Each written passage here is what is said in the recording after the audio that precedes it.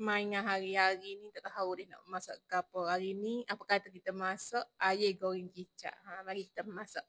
Air basuh bersih dah, lepas tu bergaring, bubur kunyit, garam sepati, lepas tu boleh goreng deh. Goreng ikut atas awak lah nak masak separuh ke nak masak penuh. Kalau saya suka masak penuh. Lepas goreng siap semua, bolehlah tumis bawang merah, bawang putih, halia. Semua barang ni awak blend dah mudah. Awak blend, lepas tu naik bawang dah, bubur lada kering. Lada kering ni awak, atas awak dah nak pedas ke, tak si pedas.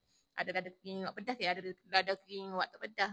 Masak tu, pecah minyak dah. Bubur kicap pekat, kicap manis. Lepas tu kucar-kucar lagi. Lepas tu boleh bubur air deh. Bubur air kita goreng dah tadi. Jangan lupa bubur selalu, garing dengan hajino deh. Hajino tu atas awak lah nak bubur ke tak saya bubur. Lepas tu awak kucar lah sebati biar kuah tu menyerap dari air, meresap molek dari air. Bolehlah tutup api. Lepas tu atas awak lah nak hias dengan kapur, nak hias dengan daun bawang ke, ada merah ke. Siap dah air kita ni. Bolehlah makan dengan nasi panas-panas. Selamat mencuba deh.